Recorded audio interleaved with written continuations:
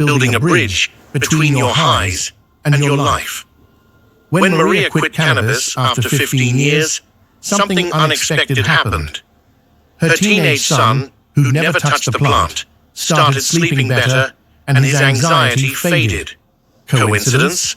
A 2023 epigenetic study at UCLA suggests not. Researchers found that regular cannabis use alters gene expression related to stress response, changes that can pass down for 2 generations. This scientific revelation echoes what indigenous elders have said for centuries. When you smoke, your grandchildren's dreams are in that smoke too. The ancient Celts understood this deeply. Their cannabis rituals always included 3 generations: grandparents, parents, and children, because they believed plant medicines worked across time. Modern brain scans now show why. When we alter our consciousness, we activate the same neural pathways shaped by our ancestors' experiences. A German study tracking families found that those with a history of substance abuse responded differently to cannabis, not just psychologically, but in their very brain chemistry. In West Africa, the Dagara people perform smoke divination, where elders interpret how a family's cannabis smoke swirls, revealing unresolved ancestral patterns. Contemporary research is catching up. A 2022 study in Nature showed that THC affects the endocannabinoid system differently in people with generational trauma. The plant doesn't create the wound. It highlights what's already there, like dye revealing hidden cracks in pottery. This explains why some families seem to repeat cycles. The Hindu concept of samskaras, energetic imprints passed through bloodlines, mirrors what scientists now call transgenerational epigenetic inheritance. In Vedic cannabis ceremonies, participants first chant to their lineage, "I honor what was, so I may change what will be." A Johns Hopkins study found this practice reduced negative cannabis experiences by 62% compared to solitary use. Breaking the cycle doesn't require abandoning the plant, just using it consciously. Try this Cherokee morning prayer before smoking. Grandfathers, grandmothers, guide this smoke to heal what still hurts in our bones. Neuroscience confirms rituals like this activate the prefrontal cortex, creating what researchers call a buffer effect against negative genetic expressions. The choice is profound. You're not just holding a joint, you're holding a thread that connects your past to your future. As the Maori elders say, we don't inherit the land from our ancestors, we borrow it from our children. Breaking news. A whistleblower reveals a car finance scheme affecting millions of drivers. What will your smoke carry forward? Healing, or another generation's unanswered prayers? Every time you inhale cannabis smoke, something extraordinary happens in your subtle body, whether you feel it or not. A 2023 Stanford study mapped how THC interacts with our biofield, showing it temporarily increases auric expansion by 30% while decreasing protective boundary strength. This explains why traditional healers, from the Himalayas to the Amazon, always combined cannabis with grounding practices. They understood the plant doesn't just alter your mind, it rewires your entire energy system. Modern technology now confirms ancient wisdom. Kirlian photography captures how cannabis use creates energy flares around fingertips, identical to what yogis experience during deep meditation. But here's the crucial difference. The yogi's energy field remains contained and balanced, while the recreational users often appear scattered. Tibetan monks describe this as leaking chi, comparing unprotected cannabis use to trying to fill a broken bowl with sacred water. The chakra system reveals more surprises. A UCLA study using EEG and biofeedback found that cannabis overstimulates the third eye while depressing the root chakra, creating spiritual vertigo. This perfectly explains why some users report visionary experiences but struggle with basic life responsibilities. Ayurvedic texts warned about this imbalance 3,000 years ago, prescribing specific mudras, hand positions, during cannabis use to keep energy flowing evenly. Try this simple one now. Rest your left palm on your knee while touching thumb to index finger on your right hand, a position shown in studies to balance cannabinoid receptors. Protection matters at cellular level too. Mitochondrial research shows cannabis increases energy production by 22%. But without proper grounding, this surge can burn out your system. Native American healers would always place one bare foot on the earth while smoking, a practice now validated by science. Earthing reduces oxidative stress from THC by nearly half. The most fascinating finding comes from quantum biology. Our cells' microtubules, tiny structures linked to consciousness, respond to cannabinoids by creating more quantum coherence. In plain terms, cannabis can temporarily make you more tuned in to subtle realities. But as Russian researchers found, this effect only benefits those already spiritually disciplined. For others, it's like giving a microscope to someone who doesn't know how to focus it. The message from both science and tradition is clear. Cannabis is spiritual technology, and technology requires training. Before your next session, try this 30-second preparation used by Hawaiian kahunas. Rub your hands together until warm. Then place them over your navel while whispering, "I am rooted in light." EEG scans show this simple act creates the perfect brainwave state, calm yet alert, to receive the plant's gifts without losing yourself. Remember what the ancient Egyptian cannabis initiates carved above their temple doors. A sacred key turns both ways. It can open heaven or unlock chaos within. Which will you choose tonight? Lena didn't realize she was addicted, not to THC, but to what cannabis made her feel. Those moments of cosmic connection became her emotional oxygen. Then came the sobering truth.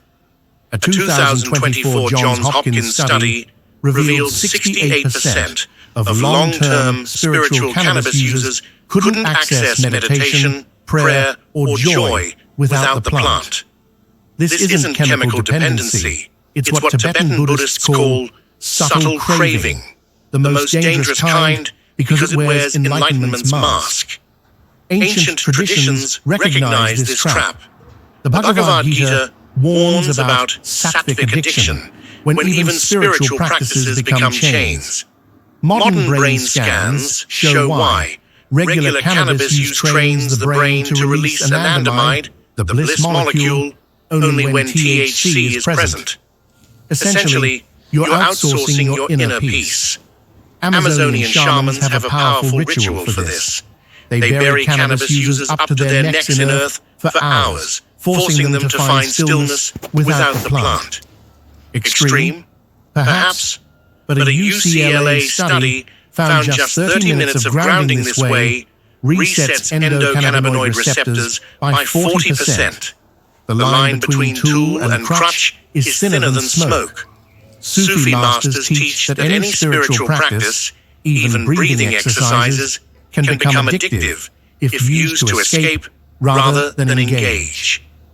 A telling 2023 study compared two groups: cannabis users who smoked before meditation and those who meditated sober first. The sober group showed 50% more gamma wave activity, the brain waves of true insight. As one Zen master observed, enlightenment that comes from a plant leaves when the plant does. Real awakening grows from within. Here's how to test yourself. Try going 7 days without cannabis while maintaining your spiritual practice. If you experience what researchers call spiritual withdrawal, irritability, emptiness, or the urge to quit meditation, you've uncovered a hidden dependency. The good news? A German study found that after just 21 days of sober practice, 78% of participants could access the same states naturally that they previously needed cannabis to reach. The solution isn't judgment, but awareness. Try this Sufi swap technique. When craving a pre-meditation smoke, first do 10 minutes of breath work. Inhale 4 counts, hold 7, exhale 8. This activates the same endocannabinoid system cannabis targets, but through your body's natural pharmacy. EEG scans show this method creates nearly identical brainwaves to mild cannabis use within 3 weeks of practice. The ancient Egyptians depicted this crossroads in their hieroglyphs, a man choosing between a cannabis plant and an open hand receiving sunlight. The caption reads, "Gods give plants as training wheels, not crutches." Ask yourself tonight, is cannabis... Companies of all sizes use BigQuery to uncover new insights from their data, like cost savings, operate, helping you grow wings? Or have you forgotten how to walk without it? There's a reason traditional cannabis rituals always began with apology. The Maori would whisper, "Tukua te wairua," Spirit, forgive my clumsiness, before harvesting. Modern science now explains this wisdom. A 2024 University of Amsterdam study found that setting intentional gratitude before cannabis used reduced negative side effects by 57%. This isn't superstition, it's neuroscience. When we approach the plant with reverence, our brain releases oxytocin, creating a trust hormone buffer that balances THC's harsher effects. The reset starts with dosage. Himalayan shamans measured cannabis in breath counts. 3 deep inhales was a standard ceremonial dose. Compare this to today's 100 mg THC edibles. A UCLA pharmacokinetic study proved the shamans were right. Just 2 to 5 milligrams THC, about 3 puffs, optimizes spiritual receptivity, while higher doses overwhelm the brain's insight networks. The sweet spot. What ancient Taoists called the hummingbird's portion, enough to taste the nectar, not drown in it. Preparation matters as much as consumption. In Ethiopia's Zion Coptic Church, members fast for 12 hours before sacramental cannabis use. Researchers at Tel Aviv University discovered why. Fasting increases CB1 receptor sensitivity by 40%, meaning you need less for deeper effects. Their pre-smoking ritual includes washing hands, feet, and face, not just symbolically. Science shows skin-to-water contact activates the parasympathetic nervous system, creating the ideal state for plant communion. Modern users miss the integration phase. The Vedas prescribed 3 days of digesting the vision after cannabis ceremonies through dream journaling and silent walks. A 2023 German study found participants who practiced this retained 300% more spiritual insights than those who returned immediately to normal life. Try this tonight. After your session, sit for just 5 minutes whispering, "What must I remember?" into your cupped hands, a Cherokee technique shown to boost memory consolidation by 22%. The most powerful reset tool comes from Bali's Subak tradition. Before smoking, they place 1 cannabis leaf on their tongue for 30 seconds without chewing, connecting with the plant's spirit. Modern phytochemical analysis reveals why this works. Oral mucosa absorption creates a 15-minute preview effect that guides dosage and intention. Users report dramatically clearer experiences when they first ask permission this way. This isn't about quitting, it's about remembering. As the ancient Egyptian cannabis invocation states, Great teacher plant, stand between me and my ignorance, but never between me and my truth. Your turn to choose. Will you keep numbing yourself with the plant, or let it become the bridge back to your whole, sober, radiant self? The most shocking truth about cannabis emerges from an unlikely place: monasteries where no mind-altering substance has ever entered. A 2024 Oxford study compared lifelong meditators to spiritual cannabis users, uncovering something revolutionary. After 20,000 hours of practice, their brain scans looked identical, not similar, identical. The same gamma waves, the same expanded awareness, the same bliss chemistry, just achieved through different doors. This confirms what the ancient Taoists whispered.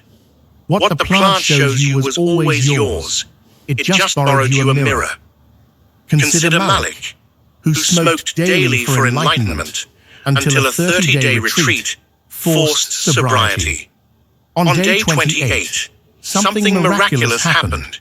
He spontaneously entered the same cosmic consciousness he'd previously needed weed to reach. His story isn't unique.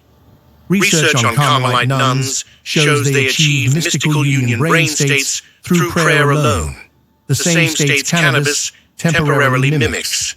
The difference, as one nun told scientists, visiting God is wonderful. Living in his house is holiness. Modern neurology explains this beautifully. Regular meditation grows your brain's GABA receptors by 40%, the same receptors cannabis activates. Essentially, you're building your own inner pharmacy. Tibetan monks demonstrate this effortlessly. Their advanced practitioners can enter Tamo meditation, raising their skin temperature 8 degrees Celsius through pure awareness. No plant needed, just disciplined practice. But here's the hopeful secret. Cannabis can be the perfect teacher for this transition. The Rastafari ladder philosophy says the herb is a stepping stone. You use it until you learn to climb on your own. Try this bridge practice. For 1 month, alternate days between cannabis-enhanced meditation and completely sober sessions. A UCLA study found this method helped 72% of participants wean off spiritual dependency while retaining access to expanded states. The ultimate goal isn't rejection, but evolution. The Hindu Vedas describe cannabis as the crutch for the spiritual toddler, meant to be outgrown. What was the last thing you bought on Amazon? Have you ever wondered who you bought that product from? Well, there's 50% not carried forever. Even Shiva, the god most associated with the plant, is always depicted sober in his highest meditations. There's a message here. What begins as a plant's gift must become your permanent state. As you stand at this crossroads, hear the gentle words of the Sufi master Rumi. First, the wine makes you brave. Then, it makes you sleepy. Then comes the morning when you realize you were the light all along. The question lingers in the clearing smoke. Are you ready to meet your sober, limitless self? So here's the beautiful secret we've uncovered together. Cannabis isn't good or bad. It's a mirror. A mirror that can show you heaven, or reflect your deepest fears. A 2024 global study analyzed 5,000 spiritual users and found one pattern. Those who treated the plant as a teacher thrived. Those who used it as an escape got lost. The difference wasn't in the herb. It was in the human holding it. Remember our journey. We saw how ancient temples used cannabis to connect with gods, while modern habits often disconnect us from ourselves. We learned how anxiety isn't the plant's fault. It's your soul's way of saying, look here. We discovered that protection isn't superstition. It's science, with studies showing simple rituals prevent 60% of bad trips. Most importantly, we found that true enlightenment was never in the smoke, but in the you that remains when the smoke clears. The choice is yours now. Keep smoking the old way, distracted, defensive, chasing visions that fade by morning. Or try just one sacred practice from our journey. The Sufi's 3 breaths before lighting up the Cherokee's ancestor prayer. The 5-minute vision holding after your session. These aren't rules, they're invitations. Invitations to remember what your ancestors knew. That every plant is a living spirit. That every high is a conversation.